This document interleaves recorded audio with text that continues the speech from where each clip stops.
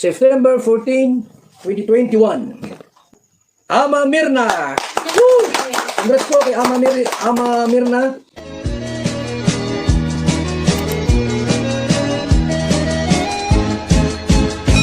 Hello, good morning. Nako, may handa ang magaganap. May okasyon na magaganap dahil ito isang selebrasyon na kung saan inaasahan o inaabangan ng mga lahat ng nagmamahal kay Beyonce. September 12, sigurado yan. Bongga siguro ang kaganapan sa selebrasyong ito. Alam naman natin na bonggang-bongga ang nangyayari pag ang Kalingap Angels ang nagbe-birthday. Talagang pinaghahandaan yan ng Kalingap o nila Kalingap Rab. Kagaya na lang itong kay Reyna. Nung nag-birthday siya o nakailang birthday ba siya, nakailang celebration ba siya nung siya nag-birthday, makikita mo bongga talaga yung yung presentasyon na nangyari sa birthday niya. Hindi lang yun, maging si Carla at yung iba pang mga angels ay may mga sorpresa na nagaganap para sa mga birthday celebrants. Pero itong kay Beyonce nakakagulat dahil bulong-bulong pa lang pero parang excited na. Excited na ang lahat, maging ako excited na rin kung ano nga ba ang mangyayari sa sa birthday celebration na gaganapin sa birthday ni Beyonce. Kasi itong September 12, 'di ba, maghahanda. Birthday ni Beyonce yan.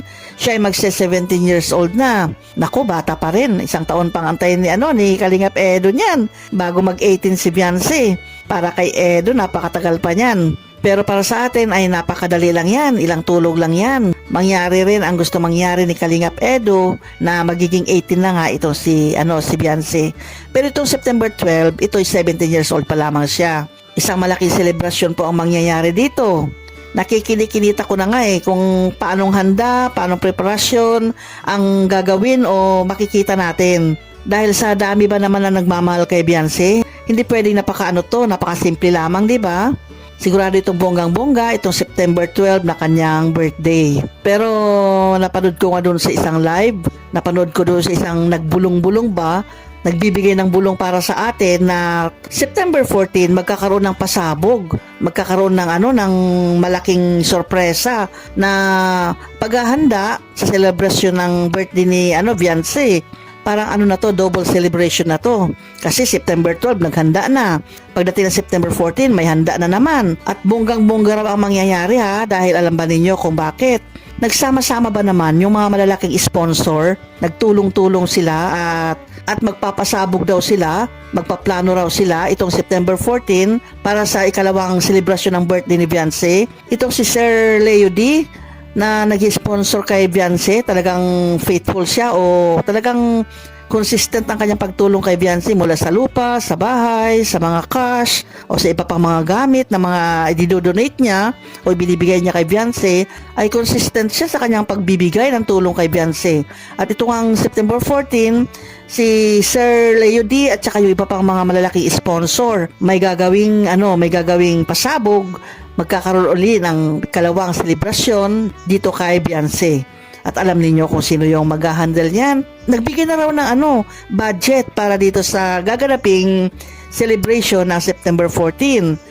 Nako, napanood ko yan kay Dr. Love. Dahil si Dr. Love, kilala po ba ninyo na siya yung naka-scout kay Beyonce? Siya yung tatay-tatayan ni Beyonce. Kaya kay Dr. Love nila, ipinagkatiwala yung plano na yan, kung paanong gagawin.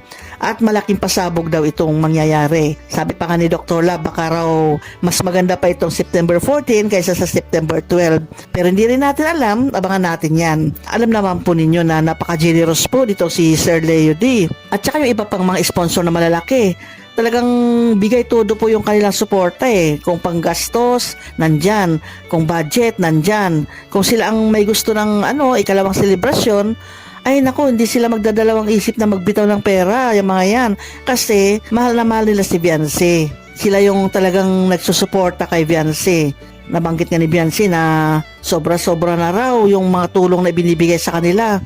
Napakarami na raw talaga yung mga tulong na binibigay sa kanya. Pero para sa mga nagmamahal kay Beyonce, hindi ito sobra-sobra, kundi kulang pa nga yan. Dahil mahal nila si Beyonce, siyempre bukas palad din sila na nagbibigay kay Beyonce. Nakaabang sila palagi kung ano man ang marinig nila na pangangailangan ni Beyonce, talagang magbibigay sila. Kaya itong September 14, ito yung ikalawang selebrasyon nga ng birthday ni Beyonce, abangan po natin yan. Ano kaya yun? Naku, pati ako nasosorpresa, pati ako na-excite. kung ano nga ba yung gagawin ni Dr. Love na na pasabog Abangan po natin yan mga kalingap. Kasi anong date na ngayon? Malapit na naman magkatapusan. Siyempre, September 12, birthday niya. September 14, ikalawang selebrasyon niya. Ayan, aabangan natin yan. Bakit po gano'n na lang ang pagmamahal nila kay Beyonce? Hindi natigil yung suporta, hindi natigil yung pagtulong sa kanya. Kasi nakitaan nila si Beyonce na napakabait talaga na bata. Yan, tingnan mo nga, siya ang panganay. Hindi niya pinapabayaan ang kanyang mga kapatid sa pag-aalaga. Hindi niya pinapabayaan ang kanyang mama, ang kanyang papa. Tumutulong siya talaga sa gawain ng bahay, tumutulong sa kanyang pamilya. Napakabait yan na bata. Naalaala ko nga noon, di ba? Noong bago-bago pa lang siya, na-interview siya kasama ng ibang Kalingap Angels at maging si Pastor A.R. ba yun, yung kasama nila, at siyempre si Kalingap Rab nandun din at yung mga Kalingap Boys na niya doon, na i-confess niya doon na humingi siya ng sorry sa mama niya dahil meron siyang nagawa na hindi maganda. Ibig sabihin, hindi niya na ipaalam doon sa mama niya, hindi niya na ipaalam doon sa pamilya niya. May ginawa siyang sa tingin niya ay parang nababagabag siya, parang nagilty siya doon sa ginawa niya, kaya ikinonfess niya ito sa mama niya, humingi siya ng sorry. Kaya doon pa lang sa pag-confess niya na yon at sa pagsabi niya, pagsusorry niya sa mama niya, ay makitaan mo na talaga na may respeto pa rin siya. May respeto siya talaga sa magulang, may respeto siya sa pamilya. Hindi siya naglilihim, naging open siya sa mama niya. Hindi naman mabigat yung pagkakamali niya yun Sinabi rin niya yun na hindi mabigat yun. Pero nagkaroon siya ng feeling ba na humingi ng sorry sa mama niya. Kaya doon mo makitaan talaga na napakabait talaga ni Beyonce. Kung iba pa yan, nako, walang sorry-sorry yan. Ililihim at ililihim yan, di ba? Kasi ginawa niya Ginawa mo isang bagay kaya ililihim mo yan. Pero siya, nagkaroon siya ng ng guilt ba? Na-guilty siya. Na-confess niya ito sa mama niya. At doon bumilib din talaga si Kalingap Rab sa nangyari kay Beyonce. Sa sinabi niyang yon, napabilib ang buong Kalingap at siyempre, isang na rin yun, isang aral din yon sa ibang mga Kalingap girls din na dapat pag may konting pagkakamali o nilabag mo na rules sa pamilya, dapat humingi rin ng sorry. Bakit niya ginawa yon? Ayan, kaya mula noon, dumami yung sponsor talaga ni Beyonce. Nakita yung kanyang pagiging respectful ba niya, napakabait niya sa bagay na yan. At nagtitiwala rin yung magulang niya sa kanya na hindi siya gagawa ng kabulastugan, ganyan. Kaya sa dami nang nag-sponsor sa kanya, itong mga major sponsors niya, magkakaroon ng pasabog itong September 14 na second celebration ng kanyang birthday. Abangan po natin yan. Sigurado, mai-excite tayo lahat yan. Salamat nga pala kay Dr. Love dahil doon ko napanood yung bulong na yon. Kung hindi sa kanya, hindi ko malalaman yon na mayroon palang pasabog na gagawin. Siyempre, yan ay utos ng mga sponsors ni Beyonce. Okay, salamat po ulit sa inyong panonood. Hanggang sa muli. EDC forever. Bye-bye.